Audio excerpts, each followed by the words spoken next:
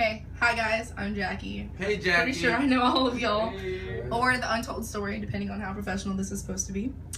I'm gonna do this poem that I wrote, and I hope you guys like it, and I hope I don't cry. Cool. Go ahead, Okay. you got this. As I sailed into the infinite bliss of nothingness, I realized that no one could touch me, and I found peace in my naive completeness. Yet I still felt the pain, and it was a million times worse than any first world dwelling could take, because everyone was gone, yet there was still long suffering. The only thing left was me, therefore I was the source of my own sorrow. The hopelessness flooded my every facet, drowning out the last of my sanity, and left me floundering in the realization that I am only hurt by the one thing I cannot escape from, the one I'd spent my entire existence fishing for. I am my own worst enemy, so I also must go. Yet, you cannot escape from self without defeating self, so there's nothing left to believe in, for it is already over. I know I must leave now, but I can't find the strength to go. I finally understand the inner peace that comes because I realize I'm already gone. And I accept it because I had already experienced the most hauntingly beautiful thing on this earth. The sensation you get when you love someone or something so much that you can feel the butterflies fighting their way from deep inside of you, and this intense feeling of happiness flooding all of your senses, creating such a euphoria, and you can't help but to just laugh and scream and cry because you can't bottle up such an overwhelming sense of joy unless it fades.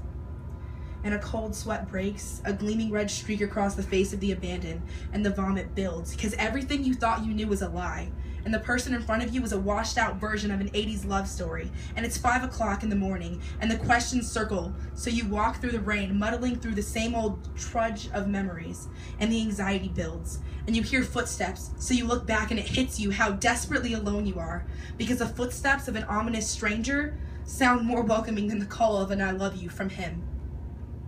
And the questions build. How could it be worth it? Why didn't I bring my jacket? Forever numb to the outside and the things unimagined? But why ever is it that when the feeling, the basic need of warmth is needed, all other senses are flushed out, and only vulnerabilities need are left raw, hollow, aching with scorn from the wreckage of thought and distance? And then the anger builds, and it swells and oozes, and bits of pus and venom arch in each direction of your misery, and lackluster. And it is him, dripping wet, teeth bared, fists clenched up in the shadows. But it is not to bite, no, not to shred your heart and hope, but to smile a smile that does it all for him. You ignited a spark over me, introduced me to a serene garden, a tranquil safe haven sheltered by you, my serenity. But it began to rain, and creatures with which I frolicked freely amongst died and birthed and breached and passed, and the butterflies I thought you murdered off came back the second my mind communed. Why am I holding on to you when there's truly nothing left to hold on to? My arms failing to grasp the absence of your unforgiving pedestal. I pray you know it takes everything within me to evade you, to mask my love behind the silent murmurs, elongated stares. It's empty here. There is no peace, because it was surely you who was my mantra. The story I tell myself daily upon awakening. If I can make it, you'd be there strong to protect me. If health had it, we'd be eternity and change, and if I can succeed, you'd be by my side. You're mine, just one shot and you'd see it. I may not have normalcy or happiness or even strength of mind, but I still have you as my stability. I guess I found comfort in you, my missing safe haven. As much as it torments you to think upon the pain that you have caused me, you stress in vain, because you could never hurt me. Our love was true, and love like that cannot be painful, only pure and filled with sentiment. But you know what does hurt? Caring about someone more than they cared about you. You'd put them before anything, do anything for them, be anything for them, worship the ground they walked on. And for what? It isn't as if they'd care about you, as if they'd reciprocate. The most unbearable part is that you care so much, too much, you convince your heavy heart that theirs carries you, and that you're the reason for their being. All they contemplate, when in reality, your name never even crosses their mind. All you do is live in fear of losing them, because you'll never be able to let them go, turning on their heels to walk out of your life forever, leaving you solemn in the desolate wasteland of destruction and insecurity. You were all I'd ever dreamed of in this life. However, you not wanting me was the beginning of me wanting myself. So I suppose I should be grateful to you for the hurting. I regress, I digress, I repress, and I restress, because I remember looking up at you in the still of the night as the moon over the stars. You were my whole world, And when I dove into those spacious craters I saw in your heart, I saw that I was just any other girl in a list of short-lived fantasy lovers. And now I am controlled by fear and overwhelmed by numbness. And I'm just so afraid to touch happiness again, only to have it taken away. Snatched from my chest, leaving only a hollow cage dripping wet with regret and promise. Maybe that's why I push everyone away now. Why I've become so distant. I've been busy building walls to a castle of solitude, guarded by my own intellectual holocaust. I don't think I can even touch it again without love. And I realize you do not know how... I realize I do not know how to love at all. And you look at me, this minute piece of precious porcelain bashed against the granite countertop of youth, and you find hope that there will not be long suffering. And I'd like to tell you that you're right. And things will be better tomorrow, but I've been and bathed through so many tomorrows and nothing's changed a bit. Still a single china doll searching for all its pieces, and I've been searching for so long and I'm restless and I want to sleep, but I'm not tired. I've made progress and they all believe that I'm happy now, but they're wrong. My heart is sad and my body is mad and my brain is lost and my feelings are gone and the weather is moody and I'm just so fucking filled with nothing but anxiety and unaccompanied misery.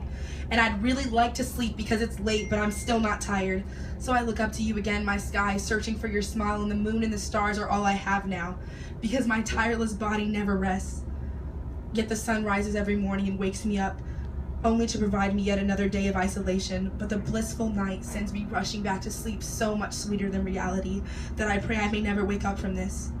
Because with what I see with my eyes closed, I don't ever want to wake up from this, from you ever.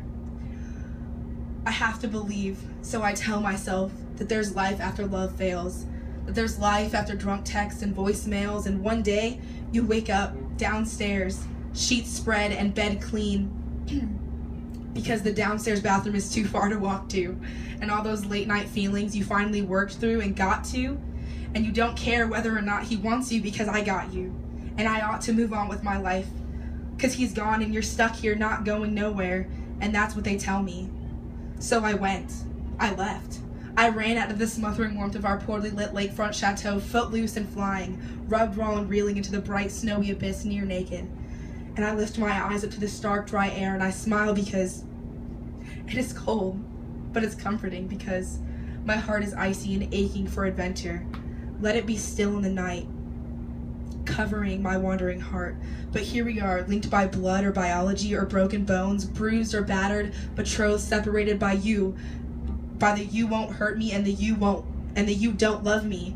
Both of us sitting here hollow, empty-hearted, waiting for the other to cave, waiting for someone to be willing to be vulnerable, but neither can because they both know too well the strength of the other.